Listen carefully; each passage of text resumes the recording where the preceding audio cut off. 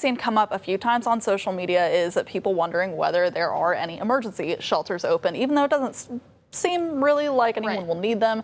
People are still asking about it, and I actually have kind of an interesting answer for this one. In Terrebonne Parish, the parish posted a graphic on Facebook saying that there had been rumors that there was an emergency shelter, but there is not actually one. They do not have one in Terrebonne Parish for Bertha right now.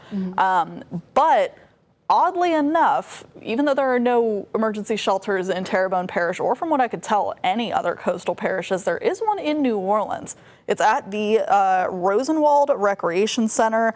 Going to be open until tomorrow in the morning. It is specifically for people who are experiencing homelessness, and they say that it's both a shelter from the possible impacts of Bertha and also from the extreme heat. So far, that's the only shelter that we've seen open in the area. And Alexa, we have you here because we want to talk about some of the weather impacts people have been asking about too. First of all, I'm assuming that the answer is not much, but what are the impacts going to be overnight for people on the North Shore? We haven't talked about that much. You know why? Because the North Shore we're seeing minimal impacts on the North Shore. You barely even know there's a tropical storm coming through our area if you're north of Lake Pontchartrain. The North Shore impacts are going to be minimal. We could see some gusty winds tonight through tomorrow morning, maybe gusts up to maybe 20 to 30 miles per hour.